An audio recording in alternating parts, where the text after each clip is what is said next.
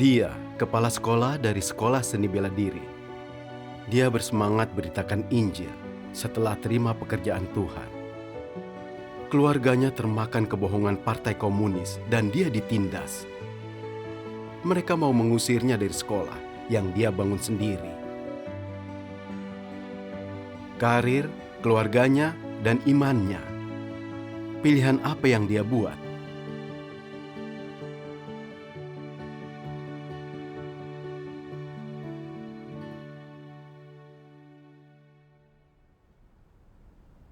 Aku lahir di pedesaan dan hidup dalam keluarga miskin. Orang tuaku petani sederhana yang sering dirundung. Sebagai seorang anak, aku bertekad. Saat dewasa, aku harus menjadi sukses, membuat warga desa lain mengagumi kami, berhenti merundung kami. Belajar seni bela diri ketika berusia 11 tahun. Meski kelelahan dan mengalami cedera, aku selalu latihan dalam segala cuaca. Lalu, karena ingin mulai bisnis dan terlihat menonjol, ku pinjam uang, beri hadiah, membina hubungan. Tahun 1999, akhirnya aku mendaftarkan sekolah seni bela diri.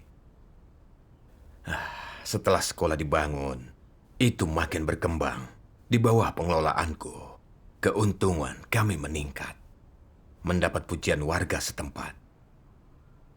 Orang tuaku merasa aku menaikkan derajat keluarga. Mereka bangga. Para siswa dan orang tua semua menjilatku. Biro olahraga kota menghargaiku dan menyambut gembira. Melihat semua kagum, membuatku dihormati. Keinginanku akan status terpuaskan. Aku merasa akhirnya aku unggul dan merasa sangat senang. Aku bergabung di banyak acara sosial agar sekolahku punya pengaruh. Menyuap banyak departemen yang terkait dan mengirimi mereka hadiah agar mereka memberiku sertifikat prestasi dan mempromosikan sekolah. Untuk menjilat mereka, aku melakukan banyak hal yang tak jujur. Takut jika salah bicara dengan pejabat, semua kerja kerasku membangun bisnis dan reputasiku akan sia-sia. Aku selalu gelisah, tak bisa tenang. Itu melelahkan, baik secara fisik dan mental. Iya. Orang sibuk kejar reputasi, mungkin terlihat glamor, tapi di dalamnya menderita. Iya. Aku bingung. Usaha sekolahku berhasil dan mendapat keuntungan. Kenapa hidupku sulit dan jadi melelahkan? Pada Mei 2012, aku menerima Injil Tuhan yang Maha Kuasa. Lewat pertemuan dengan mereka dari gereja Tuhan yang Maha Kuasa, kulihat di sini tak ada transaksi kekuasaan atau intrik. Tak ada pertengkaran atau persaingan.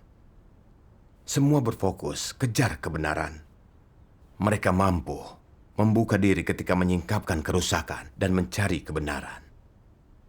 Itu hal yang tak kulihat di masyarakat.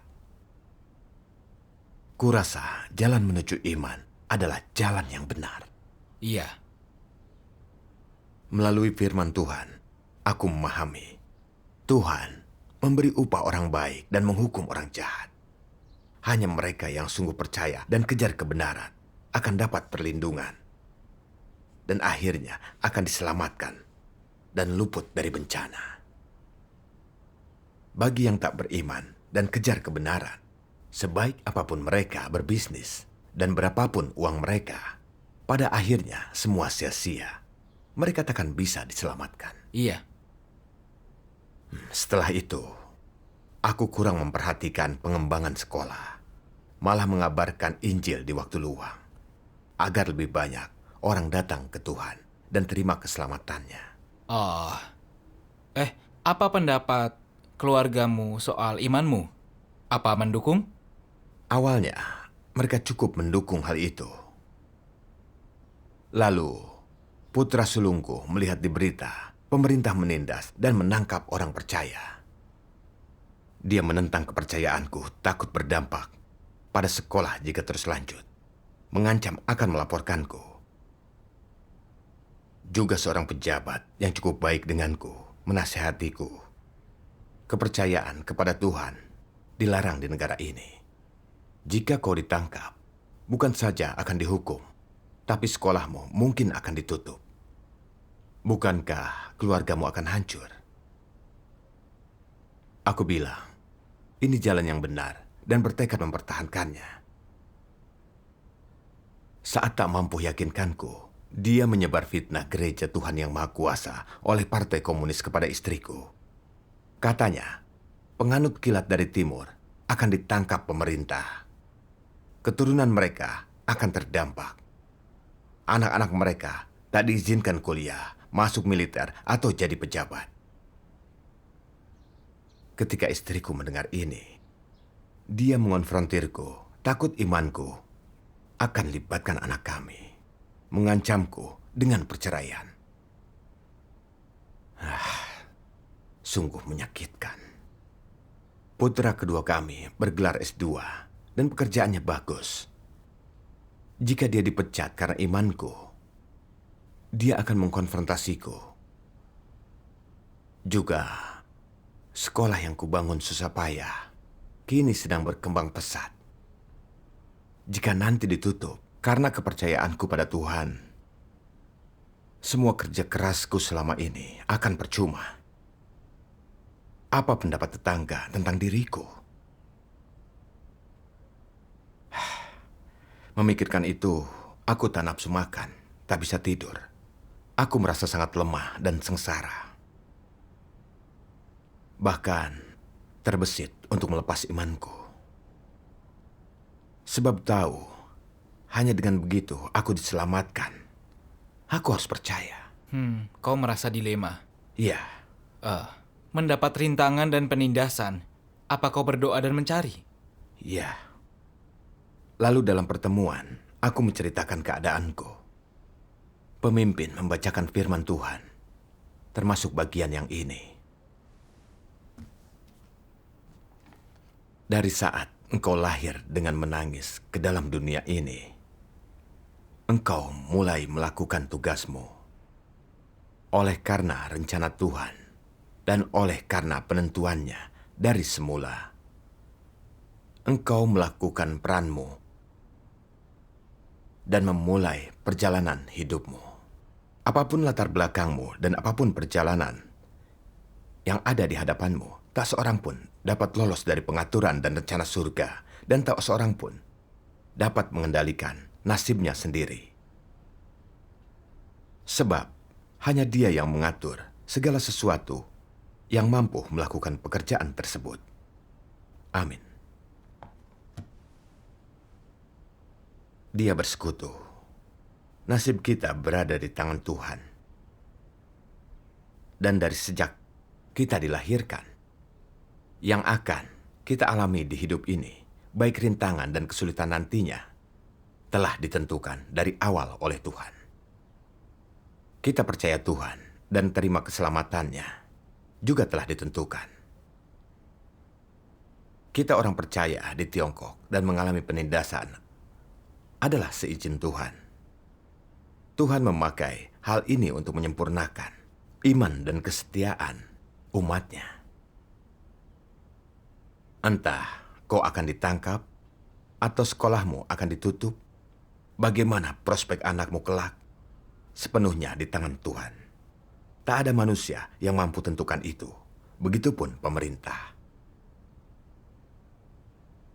Firman Tuhan dan persekutuan pemimpin mencerahkanku. Ya, aku telah jalani hidupku dan punya banyak pengalaman.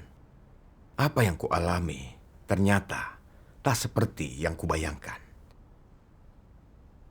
Ketika berada di militer, aku berlatih keras, berprestasi baik, berpikir akan naik pangkat. Tapi ternyata orang lain yang dipromosikan. Lalu, aku mengalami kesulitan ketika mendirikan sekolah. Tapi akhirnya, aku berhasil mendirikannya. Dan kini, berkembang dengan baik. Sukses dan kegagalan ini tentu tidak ditentukan olehku. Menyadari itu, aku mengerti. Segala yang kita alami dalam hidup ini ditentukan kedaulatan Tuhan. Kita tak punya hak. Ya, Tak ada gunanya khawatir apa aku akan ditangkap atau tidak. Tuhan telah menetapkan itu. Kuserahkan semua di tangan Tuhan dan tunduk pada pengaturannya. syukur kepada Tuhan. Pemimpin juga bersekutu denganku. Jalan yang benar selalu ditindas. Makin benar jalannya, makin banyak kekuatan iblis yang mengganggu. Iblis takkan biarkan kita diselamatkan Tuhan. Ketika Tuhan Yesus datang untuk bekerja, pemerintah Romawi dengan gigih menentang dan menindas. Dan para pengikutnya juga dianiaya. Kita saat ini percaya Tuhan. Jadi sudah pasti kita dianiaya oleh rezim iblis. Tuhan menggunakan penganiayaan ini agar kita dapat kearifan, agar kita memahami esensi jahat partai. Lalu, aku membaca firman Tuhan ini.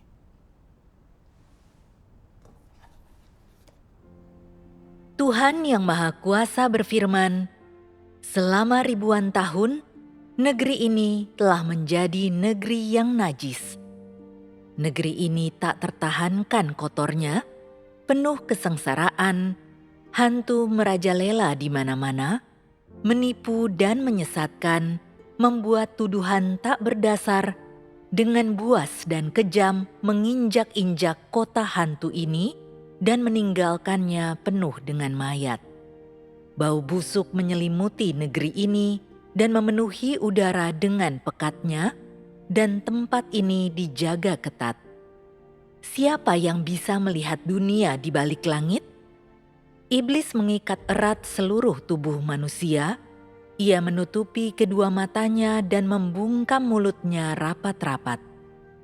Raja Iblis telah mengamuk selama beberapa ribu tahun sampai sekarang, di mana ia terus mengawasi kota hantu ini dengan saksama, seakan-akan ini adalah istana setan yang tak bisa ditembus. Sementara itu, gerombolan anjing penjaga ini menatap dengan mata liar penuh ketakutan kalau-kalau Tuhan akan menangkap mereka saat tidak waspada dan memusnahkan mereka semua, sehingga mereka tidak lagi memiliki tempat untuk merasakan kedamaian dan kebahagiaan. Bagaimana mungkin penduduk kota hantu seperti ini pernah melihat Tuhan? Pernahkah mereka menikmati keindahan dan kasih Tuhan? Pemahaman apa yang mereka miliki tentang masalah dunia manusia? Siapakah di antara mereka yang mampu memahami kehendak Tuhan yang penuh hasrat? Maka tidaklah mengherankan bahwa inkarnasi Tuhan tetap sepenuhnya tersembunyi bagi mereka. Di tengah masyarakat yang gelap seperti ini, di mana iblis begitu kejam dan tidak manusiawi, bagaimana mungkin Raja Iblis yang menghabisi orang-orang tanpa mengedipkan matanya, menoleransi keberadaan Tuhan yang penuh kasih, baik dan juga kudus? Bagaimana mungkin ia akan menghargai dan menyambut kedatangan Tuhan dengan gembira? Para antek ini, mereka membalas kebaikan dengan kebencian. Sejak dahulu mereka mulai memperlakukan Tuhan sebagai musuh. Mereka menyiksa Tuhan, mereka luar biasa buasnya. Mereka sama sekali tidak menghargai Tuhan. Mereka merampas dan merampok. Mereka sudah sama sekali kehilangan hati nurani. Mereka sepenuhnya mengabaikan hati nuraninya. Dan mereka menggoda orang tidak bersalah agar tidak sadar. Nenek moyang, pemimpin yang dikasihi, mereka semuanya menentang Tuhan. Tindakan ikut campur mereka membuat segala sesuatu di kolong langit ini menjadi gelap dan kacau. Kebebasan beragama, hak dan kepentingan yang sah bagi warga negara, semua itu hanya tipu muslihat untuk menutupi dosa. Amin. Dari firman Tuhan, aku mengerti. Partai Komunis adalah partai ateis, musuh Tuhan. Ingin singkirkan Tuhan. Mereka berkata kebebasan untuk beragama. Tapi itu menyesatkan, tidak benar. Takut orang membaca firman Tuhan, memahami kebenaran. Orang akan melihat iblislah yang menyakiti orang, meninggalkan dan menolak mereka. Maka tujuan mereka untuk mengendalikan manusia akan pupus. Jadi, untuk menghalangi orang agar tidak percaya Tuhan, gila-gilaan menangkap umat pilihan. Menggunakan media untuk memfitnah gereja Tuhan yang Maha Kuasa. Bahkan mengancam keluarga orang percaya untuk menindasnya. Hingga orang akan kehilangan keselamatan Tuhan dan dimusnahkan di neraka bersama mereka. Partai Komunis sangat keji dan jahat. Keluargaku telah disesatkan mereka dan mulai menindasku. Jika mengikuti mereka, aku terpedaya tipuan iblis. Aku tak boleh tertipu. Tak peduli keluargaku menghalangi. Aku harus pertahankan imanku dan tugasku. Mengenali tipuan iblis, kau tak merasa dikendalikan. Iya, Lalu keluargamu pasti menentang pilihanmu itu. iya. Lalu putra sulungku meningkatkan penganiayaannya melihat tekadku. Suatu hari, dia mengusirku dari sekolah, tepat di depan para siswa. Berteriak kepadaku dengan marah. Pemerintah melarangnya, tapi kau langgar. Jika kau ditangkap, seluruh keluarga akan terlibat. Bahkan juga anakku bisa ikut ditangkap. Bagaimana bisa? Jika mau tetap beriman, tinggalkan sekolah saja. Jangan seret kami. Aku tak bisa mempercayai apa yang kudengar. Putraku sendiri bisa mengatakan hal begitu kejam padaku. Mengusirku hanya karena hal itu.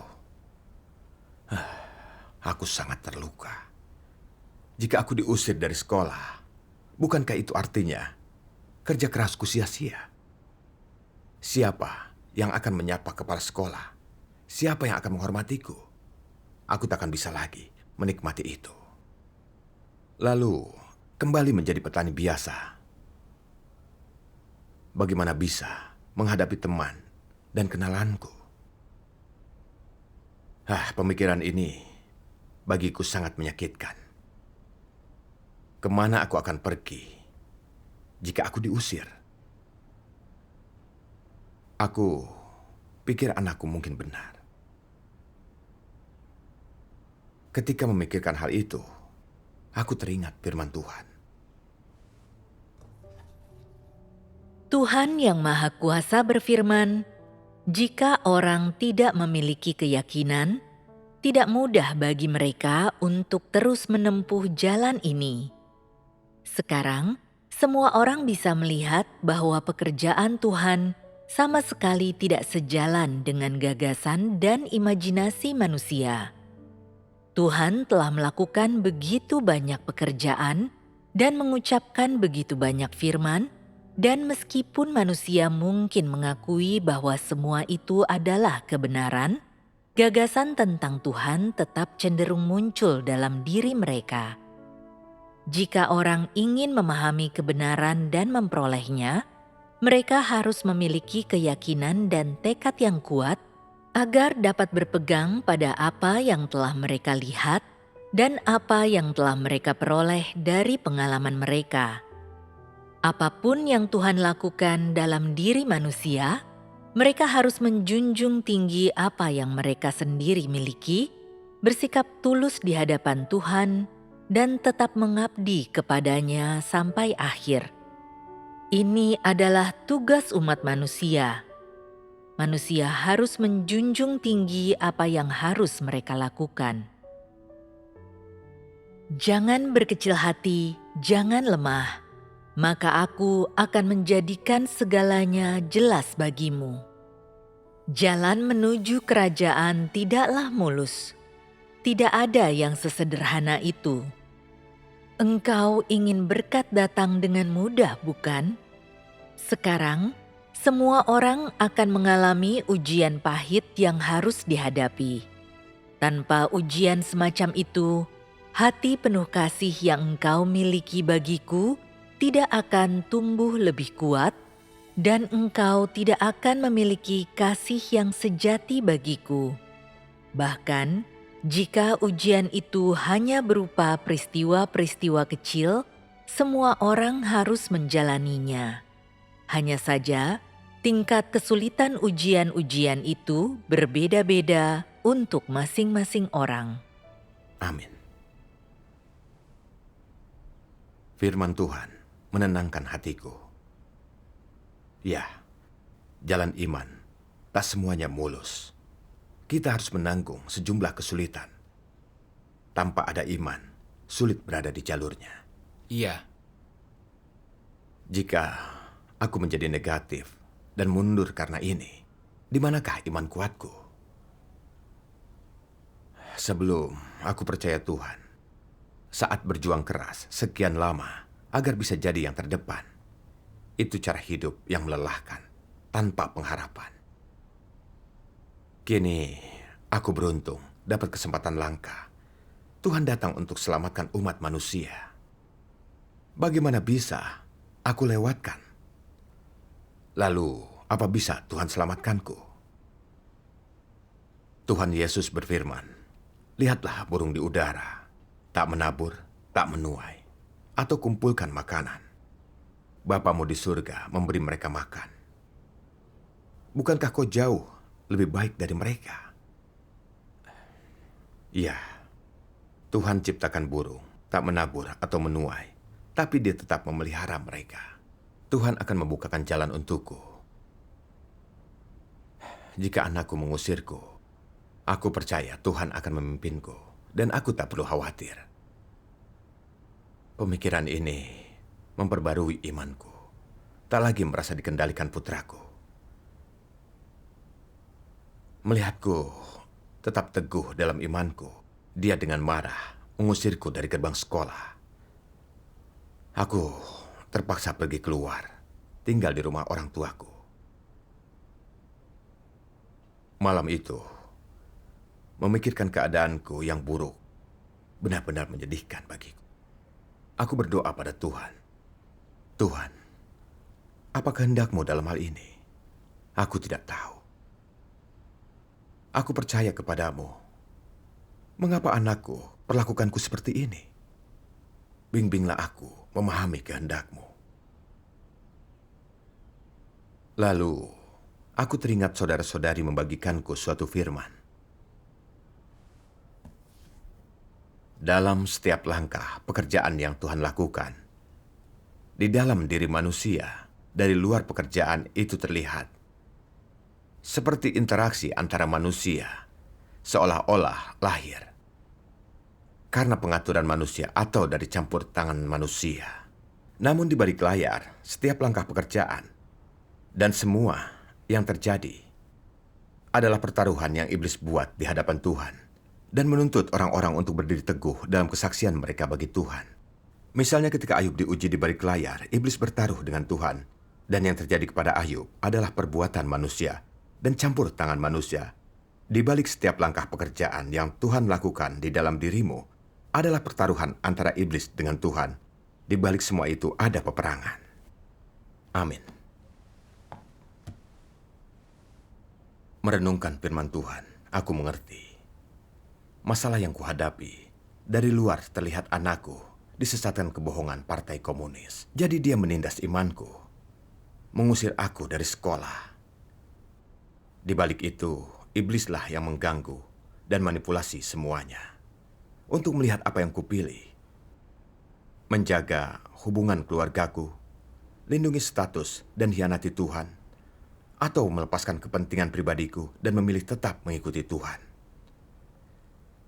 Aku mencemaskan keadaanku dan merasa sedih karena tak punya iman sejati kepada Tuhan. Tak punya tekad melepas segalanya. Iblis memanfaatkan kelemahanku, kasih sayang, dan reputasiku untuk membuatku tinggalkan Tuhan, mengkhianatinya. Akhirnya, itu akan menghancurkanku. Itu sungguh sangat jahat. Iya, Memahami ini membuatku merasa agak lebih baik. Aku bertekad, apapun yang keluargaku lakukan, dan kesukaran apapun yang akan kuhadapi nanti, aku akan tetap tegar dan mengikuti Tuhan, mempermalukan iblis. syukur kepada Tuhan. Firman Tuhan selalu ada untuk dukung dan bantu kita. Tanpa bimbingan firman-Nya, kita akan bergumul seorang diri. Iya. Aku tak bisa lama di rumah. Aku harus kembali ke sekolah. Setelah kembali, aku terus menghadiri pertemuan. Putra sulungku dan istrinya menindasku lagi karena aku tak berubah. Selalu berkata mereka akan mengusirku, mengambil alih keuangan sekolah tanpa menyisakan 1 sen pun. Mereka selalu mengatakan hal-hal buruk kepadaku. Aku jadi kesal hingga tak bisa makan. Sejak itu, aku mudah marah, sulit makan. Kesehatanku menurun drastis. Penglihatanku jadi buram. Ketika aku berjalan hampir pingsan. Aku terkena radang lambung. Rasanya sangat sakit. Untuk meredakannya, aku menekan bantal ke perutku. Ketika tak bisa tidur, aku ke lapangan olahraga. Melihat gedung pelatihan, kantor, dan kantin yang kubangun. Menatap sekolah yang kubangun dengan susah payah. Itu sangat membebaniku. Untuk bisa membuka sekolah ini, entah seberapa jauh aku pergi, usaha yang telah kulalui, besarnya penderitaanku. Kini, setelah aku sukses, itu diambil oleh putraku sendiri. Itu adalah hasil kerjaku.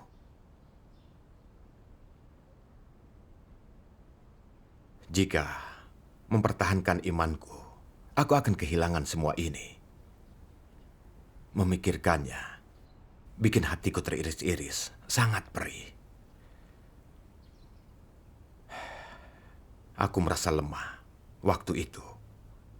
Selalu menangis di malam hari. Sambil menangis aku berdoa, Tuhan, aku akan kehilangan bisnis yang kubangun sendiri dan tak mampu merelakannya. Mohon bimbing aku mengatasi keadaan ini. Lalu, saudara-saudari berbagi firman Tuhan yang memberiku jalan penerapan. Sekarang seharusnya engkau mampu melihat dengan jelas jalan yang ditempuh oleh Petrus. Jika engkau dapat melihat jalan Petrus dengan jelas, engkau pasti akan yakin tentang pekerjaan yang sedang dikerjakan saat ini, sehingga engkau tidak akan mengeluh atau bersikap pasif atau merindukan apapun. Engkau harus mengalami suasana hati Petrus pada saat itu. Petrus dilanda kesedihan. Dia tidak lagi meminta masa depan atau berkat. Petrus tidak mencari keuntungan, kebahagiaan, ketenaran, atau kekayaan di dunia. Dia hanya berusaha menjalani kehidupan yang paling bermakna, yaitu membalas kasih Tuhan dan mempersembahkan apa yang dianggapnya paling berharga kepada Tuhan. Kemudian barulah Petrus merasa puas dalam hatinya. Amin. Membaca firman Tuhan membuka mataku. Waktu itu, Petrus juga ditindas karena keteguhan imannya. Keluarganya ingin dia membawa kehormatan bagi keluarga. Tapi dia tak dikendalikan oleh mereka.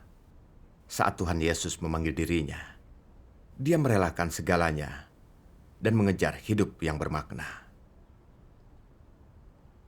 Pengalaman Petrus mencerahkanku.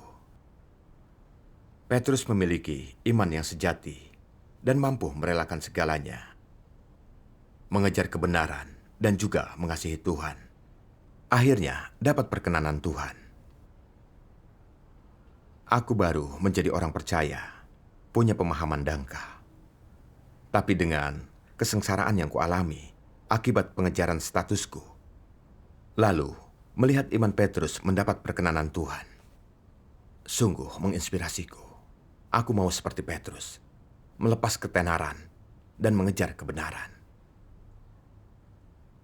Lalu, kuputuskan meninggalkan sekolah dan terus melakukan tugasku.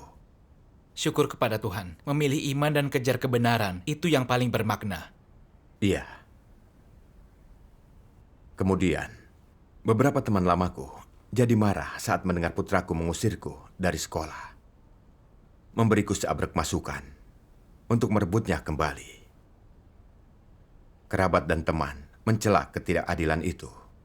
Sekretaris desa memberiku sertifikasi resmi yang menunjukkan akulah yang bangun sekolah itu. Orang lain tak ada kaitannya. Mendengar semua hal itu, kupikir dengan sertifikasi itu, jika teman-temanku bantu rebut kembali sekolah, aku akan mendapatkan gengsiku kembali. Namun aku sadar, aku kembali ingin kejar reputasi. Jadi aku berdoa pada Tuhan, agar memberiku kekuatan tinggalkan daging. Setelah berdoa, aku teringat pengalaman Ayub. Semua harta miliknya diambil darinya dalam semalam. Meski sangat menyakitkan, dia tak mengandalkan kekuatan sendiri untuk merebutnya kembali, tapi berdoa dan tunduk pada pengaturan Tuhan. Harta kekayaanku tak sebanding dengan kekayaan Ayub. Tak ada apa-apanya. Tapi jika aku tak berdoa dalam menghadapi keadaan ini, hanya ingin merebutnya kembali sendiri, bagaimana bisa dianggap tunduk kepada Tuhan? Jika ku rebut kembali sekolah dan jadi sibuk setiap hari, aku tak akan punya tenaga untuk menerapkan imanku. Setelah anakku mengambil sekolahku, aku bisa menerapkan imanku dan melakukan tugasku. Itu luar biasa. Dan Tuhanlah yang membuka jalanku. Iya, benar sekali. Pemikiran ini cukup mencerahkan hatiku. Aku sadar tak pernah mampu merelakannya karena aku telah dirusak sangat dalam dan terlalu peduli reputasi. Lalu, aku membaca firman Tuhan yang Maha Kuasa. Tuhan yang Maha Kuasa berfirman, terlahir di negeri yang najis seperti itu, manusia telah dirusak teramat parah oleh masyarakat.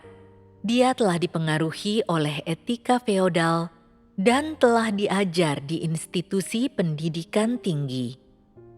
Pemikiran terbelakang, moralitas yang rusak, pandangan hidup yang jahat, falsafah hidup yang menjijikkan, keberadaan diri yang sepenuhnya tak berguna, dan adat istiadat serta gaya hidup yang bejat. Semua ini telah sedemikian parahnya memasuki hati manusia dan telah sangat merusak dan menyerang hati nuraninya. Akibatnya, manusia menjadi semakin jauh dari Tuhan dan semakin menentangnya. Watak manusia menjadi lebih jahat hari demi hari, dan tidak seorang pun yang akan rela mengorbankan segalanya untuk Tuhan, tidak seorang pun yang akan rela taat kepada Tuhan, dan terlebih lagi, tidak seorang pun yang akan rela mencari penampakan Tuhan. Sebaliknya, di bawah wilayah kekuasaan iblis, manusia tidak melakukan apapun selain mengejar kesenangan, menyerahkan diri mereka pada kerusakan daging dalam kubangan lumpur. Bahkan, ketika mereka mendengar kebenaran, mereka yang hidup dalam kegelapan tidak berpikir untuk menerapkan kebenaran tersebut. Mereka juga tidak ingin mencari Tuhan, bahkan sekalipun mereka telah melihat penampakannya. Bagaimana mungkin seorang manusia yang begitu bejat memiliki kesempatan untuk diselamatkan? Bagaimana mungkin seorang manusia yang begitu merosot martabatnya hidup dalam terang? Amin. Firman Tuhan menyingkapkan keadaan asliku. Hal seperti ini diajarkan orang tua dan guruku. Manusia bergelut ke atas, air mengalir ke bawah. Bersakit-sakit dahulu, bersenang-senang kemudian. Hormati nenek moyangmu. Falsafah iblis ini telah tertanam begitu dalam di hatiku. Membuatku berperspektif keliru tentang kehidupan. Kupikir berusaha unggul dari yang lain, mendapat status dan reputasi adalah jalan hidup dengan integritas dan nilai. Aku siap tanggung masalah agar bisa terkenal. Ketika aku bangun sekolah itu, setiap hari melelahkan. Dan aku pakai uang yang kuperoleh susah payah untuk menjilat pejabat. Mencari muka, bermanis mulut, hidupku tak bermartabat. Mengirim hadiah kepada pemimpin saat ada hari raya. Takut bermasalah jika salah melangkah sedikit saja. Menjaga hubungan rumit ini melelahkan tubuh dan pikiran. Aku terperosok di dalamnya, tak mampu bangkit. Orang di sekitarku mulai berbuat hal memalukan setelah dapat reputasi. Terlibat korupsi, menyewa PSK tanpa ada batas. Itulah cara iblis mencelakakan manusia. Iya, Dan putraku merebut sekolah yang kubangun dengan susah payah karena dikuasai oleh keuntungan. Mengabaikan kasih ayah anak hanya untuk mendapatkan keuntungan. Aku teringat pada keluarga kekaisaran. Sesama keluarga akan saling membunuh untuk merebut tahta. Tipuan iblis merusak manusia hingga kehilangan rasa kemanusiaan. Pada saat itu, aku memahami reputasi itu cara iblis untuk menjerat manusia. Jika hidup dengan ajaran iblis serta cari reputasi, kita akan jadi makin rusak dan makin menderita. iya, Saat aku jatuh dalam lumpur reputasi, firman Tuhan menunjukkan mengejar kebenaran adalah jalan yang benar dan kehidupan yang bermakna. Namun, aku dikendalikan oleh falsafah iblis. Jadi saat kehilangan kenikmatan reputasi, aku tak bisa merelakan. Bahkan ingin menggugat untuk mendapatkan semua itu kembali. Aku sangat bodoh. Jika terus seperti itu, aku akan terus disiksa iblis. Akhirnya, aku akan musnah bersamanya. Tuhan Yesus berfirman, "Apa untungnya jika orang mendapat seluruh dunia dan kehilangan jiwanya? Apa yang bisa dia beri sebagai ganti jiwanya?" Ya, sebanyak apapun uangnya, tak bisa membeli kebenaran. iya, Aku kehilangan harta benda dan reputasi yang kubangun seumur hidupku. Tapi melalui pengalaman ini, aku tahu orang tersiksa dengan semua ini dan konsekuensinya sangat mengerikan. Aku memahami makna mengejar kebenaran. Rela melepaskan semua itu untuk melakukan tugas. Itulah kasih dan keselamatan bagiku.